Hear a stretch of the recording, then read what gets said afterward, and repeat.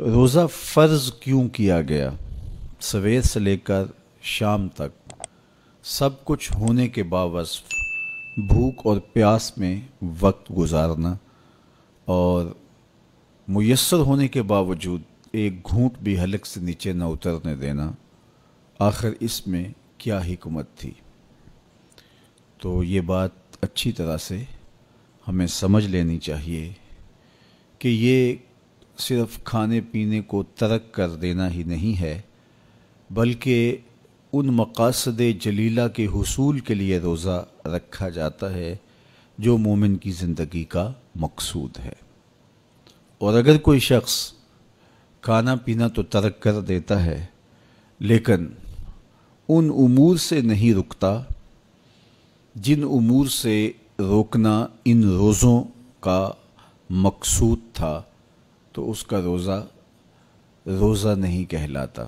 میرے اور آپ کے آقا و مولا حضور نبی رحمت صلی اللہ علیہ وآلہ وسلم نے ارشاد فرمایا: من لم یدع قول الزور والعمل به فلیس للہ حاجۃ فی ان یدع طعامہ و شرابہ۔ جس نے جھوٹ اور اس پر عمل کرنا نہ چھوڑا، جھوٹے کام ترک نہیں کیے، اس کا بھوکا اور پیاسا رہنا اللہ کو منظور نہیں۔ اللہ کو کوئی ضرورت نہیں کہ وہ بھوک اور پیاس کاٹے۔ روزے میں تو ان امور سے بھی روک دیا گیا جو امور عام زندگی میں جائز تھے، جو مشروع تھے، مباح تھے، لیکن روزے میں ان جائز مباح امور سے بھی منع کر دیا گیا۔ طیب اور طاہر کھانے، خوبصورت مشروب، ان سے روک دیا گیا۔ آپ آب زمزم بھی نہیں پی سکتے جبکہ وہ متبرک پانی ہے۔ شہر مدینہ میں بیٹھ کر شہر مدینہ کی پکی ہوئی کھجوریں بھی آپ نہیں لے سکتے، اس لیے کہ آپ روزے سے ہیں۔ تو روزے میں آپ کو متبرک چیزیں کھانے سے بھی روک دیا گیا، متبرک مشروب پینے سے بھی منع کر دیا گیا۔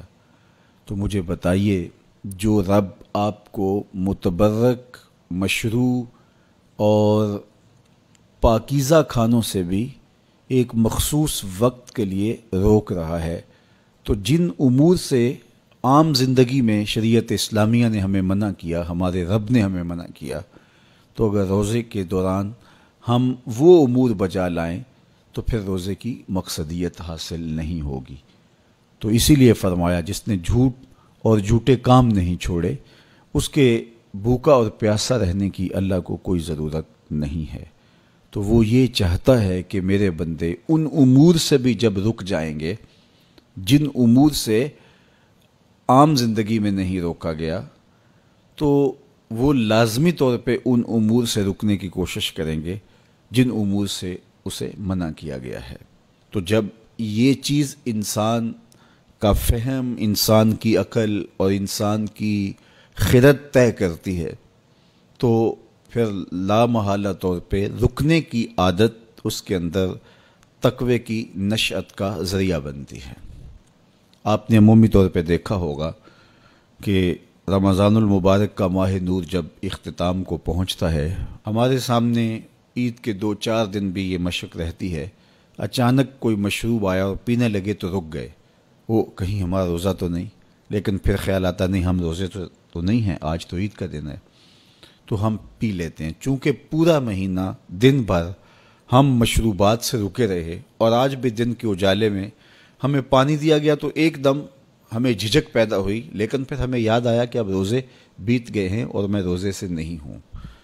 تو جو چیز جائز اور مشروع تھی، ایک وقت کے لیے اس چیز سے بھی ہم رکے تو ہماری طبیعت کے اندر یہ ملکہ پیدا ہو گیا کہ ہم اس سے رکنے کا مزاج پیدا کر لیتے ہیں۔ تو اگر ہم ان امور سے رک جاتے ہیں جن کو شریعت اسلامیہ نے منع کیا ہوا ہے، تو پھر دوبارہ جب اس کو کرنے لگتے ہیں تو پھر ہمارا ہاتھ بھی رکے گا، اور پھر ہم مستقل اپنے ہاتھ کو روک سکتے ہیں کہ ہاں میاں یہ روزے میں بھی چیزیں منع تھیں اور روزے کے بعد بھی یہ چیزیں ہمارے اوپر منع ہیں۔ تو ایک ملکہ پیدا ہو جائے گا ان امور منہیات سے رکنے کا، ان سے باز رہنے کا۔ تو گویا یہی تقوی ہے کہ جو اللہ جل شانہ نے ہمارے اوپر حرام کیا ہے اس سے ہم رک جائیں، جس کام کے کرنے کا حکم دیا ہے اس کام کو ہم بجا لائیں۔